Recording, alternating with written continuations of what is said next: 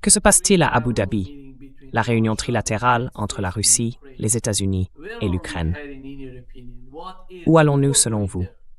Avant d'en arriver là, parlons de la réalité sur le champ de bataille en Ukraine. La guerre se rapproche d'une certaine manière de Kiev, et Zelensky ainsi que son administration connaissent la réalité de la situation actuelle. D'un autre côté, on voit les Européens devenir plus radicaux à propos du conflit. Ils ne veulent pas reculer. Ils ne veulent pas voir la réalité. Comment percevez-vous la situation sur le champ de bataille en Ukraine? Eh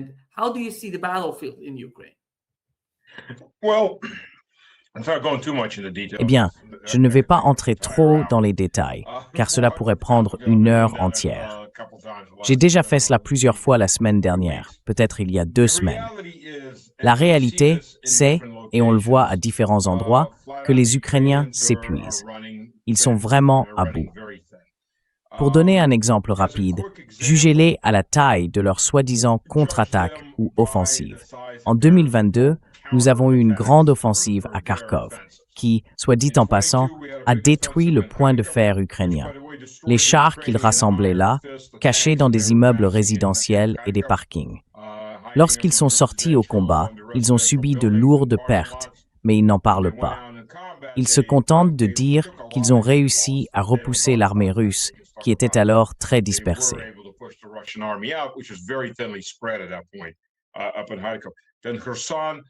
Ensuite, Kherson. D'ailleurs, l'armée russe s'est retirée de la ville de Kherson, et les Ukrainiens sont arrivés 3 jours plus tard. Ils craignaient de tomber dans une embuscade, et ils ont effectivement été touchés par l'artillerie dès qu'ils sont entrés dans la zone de tir. Mais c'était des offensives relativement importantes.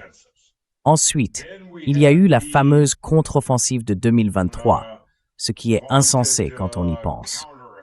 C'est comme la mauvaise analogie que j'ai utilisée pour l'offensive de 2023. C'était comme un mauvais film de Van Damme. Je vais lever ma jambe droite et la mettre sur ton oreille gauche. Reste là. Attends une seconde.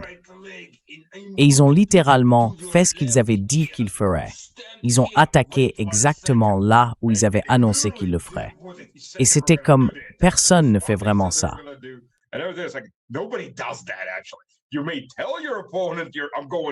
Tu pourrais dire à ton adversaire, « Je vais aller ici », mais en réalité tu vas là, puis là, et encore là. C'est ce qu'on appelle, tu sais, l'effet de surprise. Mais non, aucun effet de surprise. Ils ont dit, nous allons commencer plus ou moins le jour que nous avions annoncé. Et c'est ce qu'ils ont fait. Le résultat, c'est environ 85 000 morts du côté ukrainien. Je ne sais pas combien ont été blessés. Ils ont laissé beaucoup de leurs blessés mourir. Au début, ils les utilisaient comme cible d'artillerie, des pièges à artillerie. Donc, quand les soldats russes sortaient pour récupérer les blessés, ils commençaient à tirer de l'artillerie sur eux. Au bout d'un moment, ils les ont simplement laissés mourir sur place et pourrir. Ils n'allaient plus les récupérer.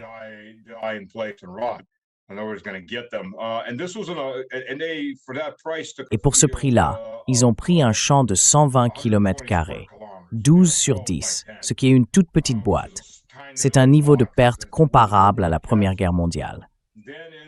Puis en 1923, c'était en 1923.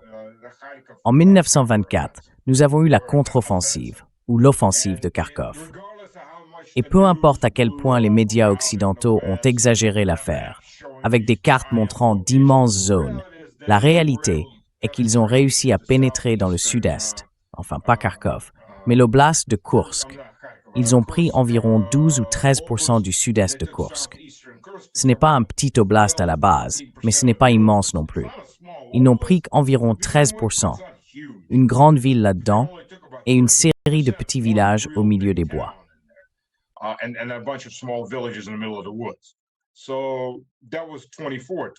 Donc c'était en 2024.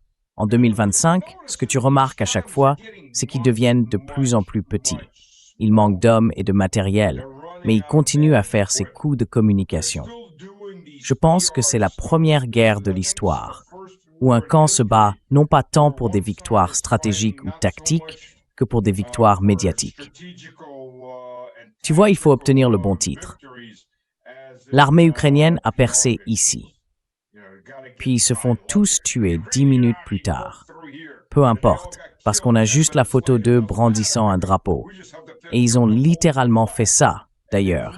Ils envoyaient en gros des escouades suicides.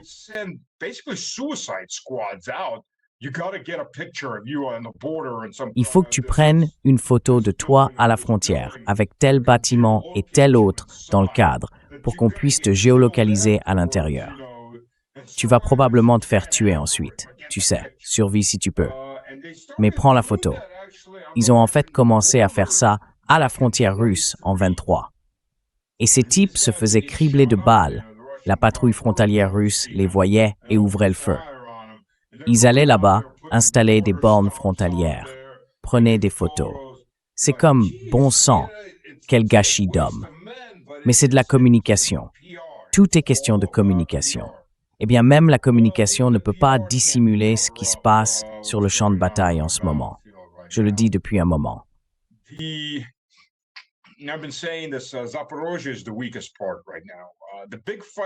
Zaporozhye est actuellement la partie la plus faible. Le grand combat se déroule à Konstantinovka. Les forces russes qui avaient pris Krasnoïarsk et libéré Dimitrov ou Mirnograd sont redéployées vers Konstantinovka. Les Ukrainiens jettent toutes leurs forces dans la bataille de Konstantinovka.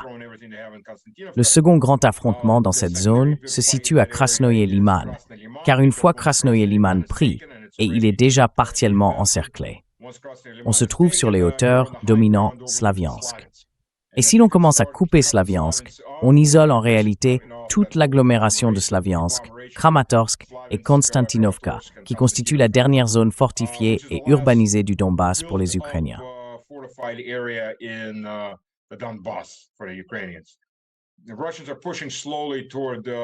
Les Russes avancent lentement vers Dobropol, Donetsk-Dobropol. Il y a aussi un Dobropol dans la région de Zaporizhia. C'est un peu déroutant, car beaucoup de ces noms de villes se répètent ou présentent de légères variations. C'est comme Dobropolia, Dobroskaya Polia, quelque chose comme ça, tu vois. Donc si les gens ne font pas attention, ils finissent par s'y perdre, puisque les mêmes noms ou des noms similaires reviennent sans cesse. Mais l'essentiel, je pense, c'est que la grande percée se produit à Zaporizhia, car ce front s'étend d'un bout à l'autre, à partir de Gouliaï-Polié. L'armée russe se trouve actuellement à environ 20 km à l'ouest de Gouliaï-Polié.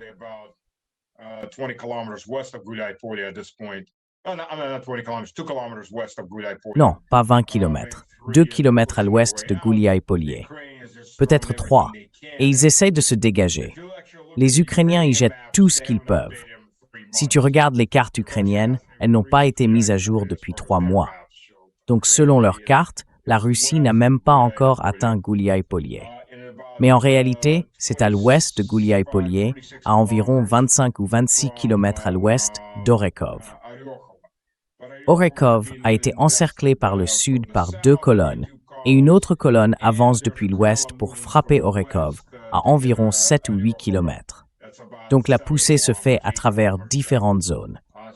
Et c'est ta dernière grande ville fortifiée. Enfin, encore une fois, c'est l'un de ces endroits, si quelqu'un a déjà été en Amérique ou dans de grandes villes russes modernes, il y a une expansion urbaine, parce qu'il y a beaucoup d'espace.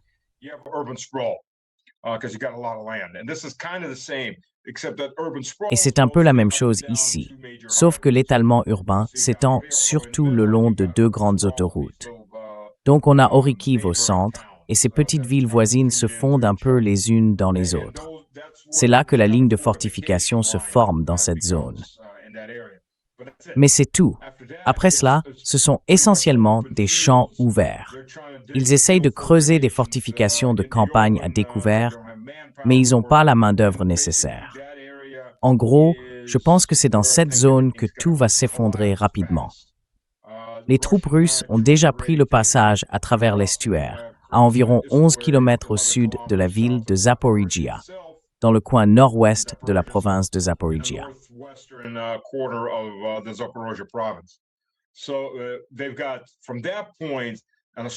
Donc, à partir de ce point, en ligne droite, Ils sont à environ 11 kilomètres de la ville de Zaporizhia elle-même. Pour les Américains, cela fait 6,6 miles. Ce n'est pas une très grande distance. La seule chose qui sauve les Ukrainiens en ce moment, c'est la météo, car il ne fait pas assez froid. Les températures là-bas varient de juste au-dessus de 0 à environ -10. Et le problème, comme nous en parlions, Nima, c'est que même à -13, tu sais, j'ai une voiture de couleur sombre et la neige sous le soleil, à -13, fondait. En fait, je passais en voiture près d'un grand tas de terre et d'argile provenant de travaux routiers qui n'avaient pas encore été enlevés et il dégageait de la vapeur.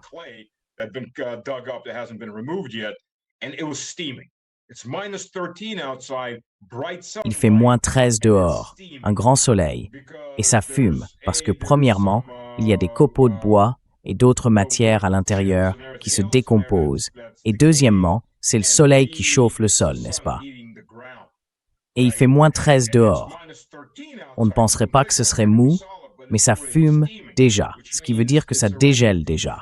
Cela devient un gros problème quand on a des chars et du matériel lourd qui traversent ces champs à découvert, parce qu'ils sont gorgés d'eau et que la glace se transforme à nouveau en eau sous le soleil, même s'il fait des températures glaciales dehors. Oui, bien sûr, la nuit ça regèle, mais ça devient un vrai casse-tête pour le matériel lourd.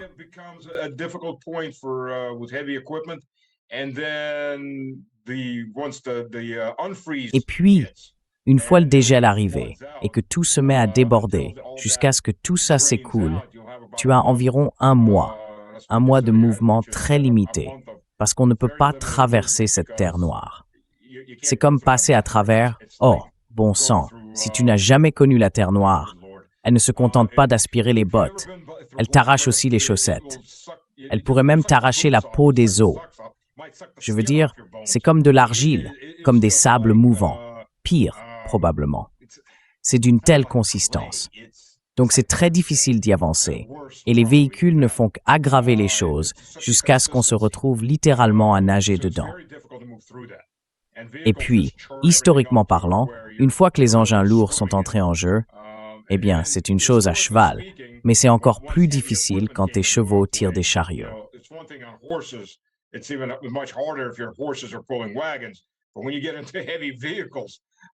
Mais quand des véhicules lourds passent sur quelque chose comme ça, ils s'enfoncent tout simplement.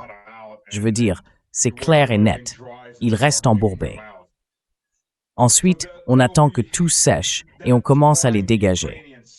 Cela donne donc un peu de temps aux Ukrainiens, car les forces russes ne peuvent pas avancer aussi vite ni aussi fort dans cette zone. Mais cela reste le secteur le plus faible, car ils n'ont tout simplement pas assez d'hommes. Ils n'ont pas de position préparée. Les positions préparées qu'ils avaient ont toutes été submergées dans le sud et à l'est. Et contrairement au Donbass, où ils ont coulé du béton pendant 8 ans pour préparer ces positions, il y a beaucoup moins de villes dans la région de Zaporizhia. Donc on n'a pas cette agglomération sans fin de banlieues et de villages qui se fondent les uns dans les autres. Et ils n'ont pas eu 8 ans pour faire quoi que ce soit.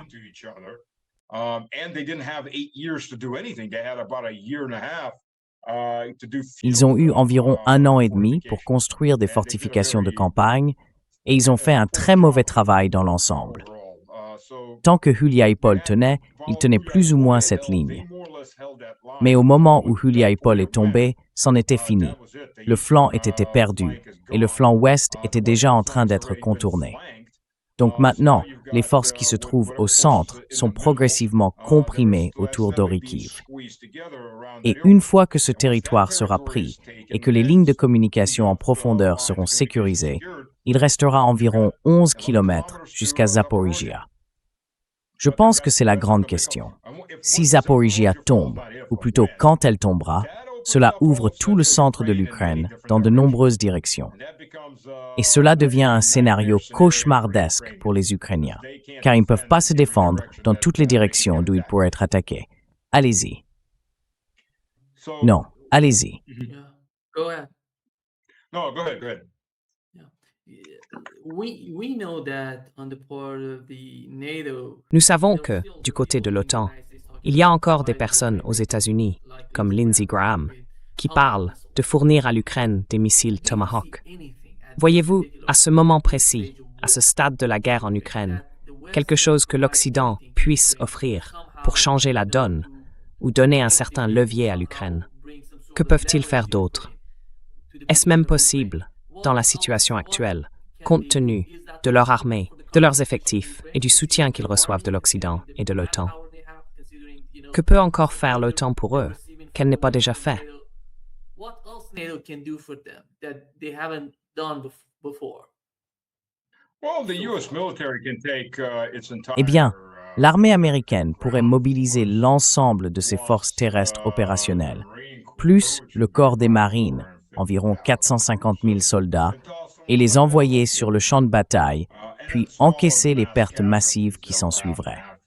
Ils pourraient le faire.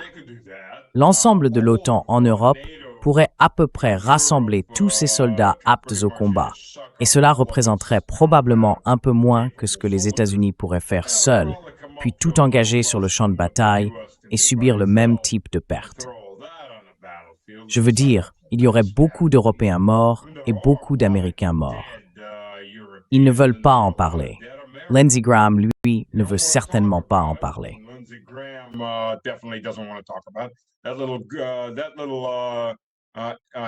Ce petit Epstein en herbe, génial. Il a dit « Oh, il n'y a plus d'Américains maintenant. » Ah oui? Au fait, c'est HIMARS qui font boom. Ce sont des Américains aux commandes. Les patriotes qui font boom, vous savez, une batterie patriote, c'est 414 personnes quand elle est au complet. C'est une batterie patriote. Mécaniciens, opérateurs, commandants, tout le monde. 94 personnes. Et ce ne sont pas des Ukrainiens. Ils n'ont pas formé autant d'équipages patriotes. Je veux dire, le cours de base pour former un mécanicien patriote dure environ 54 semaines. Les officiers, c'est un semestre. Les opérateurs, un peu moins. Mais bon, c'est long. La plupart de ces batteries patriotes, quand les Allemands disent « Oh, nous leur avons donné 2 batteries patriotes »,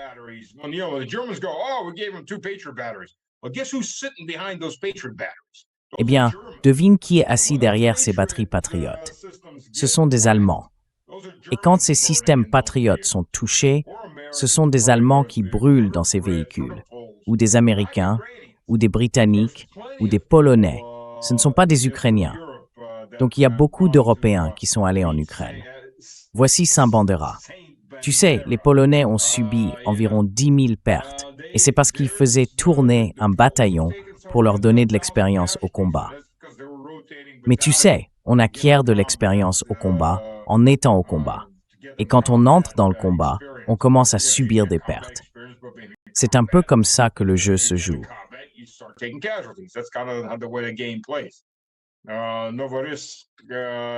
Novoris semble avoir un peu reculé sur ce point, ce qui est une bonne chose. Mais en même temps, certaines des choses qu'il dit laissent perplexe. Vous savez, quand le type affirme qu'il parle à Piłsudski tous les jours, le type qui est mort depuis 90 ans, ça commence à faire se poser des questions, vous voyez, et d'autres déclarations qu'il a faites.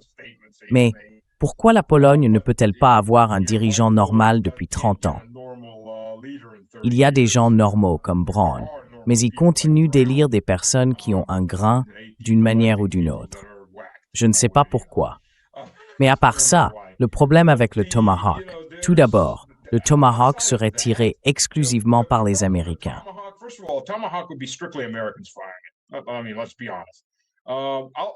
Je veux dire, soyons honnêtes, je vais vous en dire une autre. Les HIMARS sont tirés exclusivement par des Américains. Ce ne sont pas les Ukrainiens qui tirent les HIMARS. Du début à la fin, ce sont des Américains. Et je le dis depuis 3 ans maintenant, ce sont des Américains. Ce sont des Américains dans les véhicules, des Américains qui choisissent les cibles, des Américains qui lancent ces missiles. Il y a des systèmes américains qui guident ces missiles. Donc, lorsque ces missiles frappent des cibles civiles et tuent des femmes et des enfants, c'est l'armée américaine qui tue des civils russes. Je ne vois pas comment le dire autrement. Et merci au New York Times, en décembre 2024, le New York Times a tout confirmé, y compris le fait que les missiles ATACMS n'étaient pas une demande des Ukrainiens. were not a request from the Ukrainians. That was a demand from US generals that are running the war. C'était une exigence des généraux américains qui dirigeaient la guerre. Le New York Times, tu sais, le porte-voix de la CIA, a tout révélé. Merci d'avoir confirmé ce que je disais depuis 2 ans avant cela. C'est agréable d'être, tu sais, confirmé, parce que même à la télévision russe, les gens me regardaient comme si j'étais un peu, tu vois, à côté de la plaque. Comme non, ce sont des Américains. Ne dis pas que c'était des Ukrainiens qui tiraient. Ce n'étaient pas des Ukrainiens qui tiraient. Ils étaient peut-être sous organisation ukrainienne, mais ils ne répondaient pas aux Ukrainiens. Ils sont contrôlés par les Américains. Donc oui, que ça plaise ou non, c'est comme ça que les choses se passent. En dehors de mettre beaucoup d'Européens et d'Américains dans la ligne de mire pour être tués dans cette guerre, il n'y a pratiquement rien qu'ils puissent réellement faire.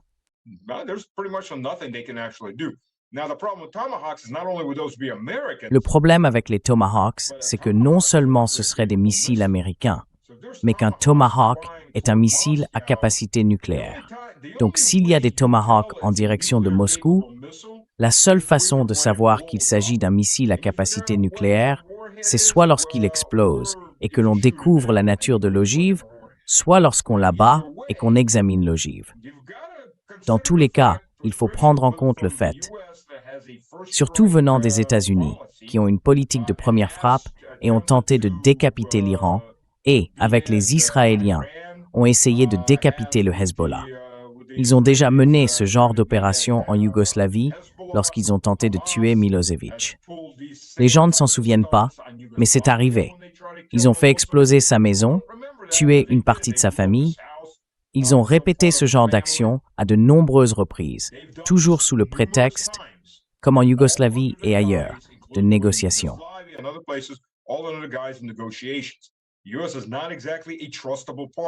Les États-Unis ne sont pas exactement un partenaire digne de confiance là-bas, si tant est qu'on puisse les appeler un partenaire. Donc s'il y a un missile en direction de Moscou et que c'est un Tomahawk, il faut envisager qu'il puisse s'agir d'un missile à ogive nucléaire destiné à une frappe de décapitation. Et quelle serait la réponse logique? Une salve nucléaire complète en retour contre les États-Unis et l'Europe. Anéantissement total. Et là, nous avons l'Armageddon nucléaire. Alors, voulez-vous vraiment donner ce genre de pouvoir aux gens assis à Kiev? Et encore une fois, il y a le même genre de personnes à Washington. Donc je ne sais pas quelle est vraiment la différence. Les dossiers d'Epstein révèlent beaucoup de choses sur beaucoup de gens en ce moment. Donc vous savez, je ne pense pas qu'ils puissent faire quoi que ce soit à part déclarer la guerre et tout lancer, y compris l'évier de la cuisine.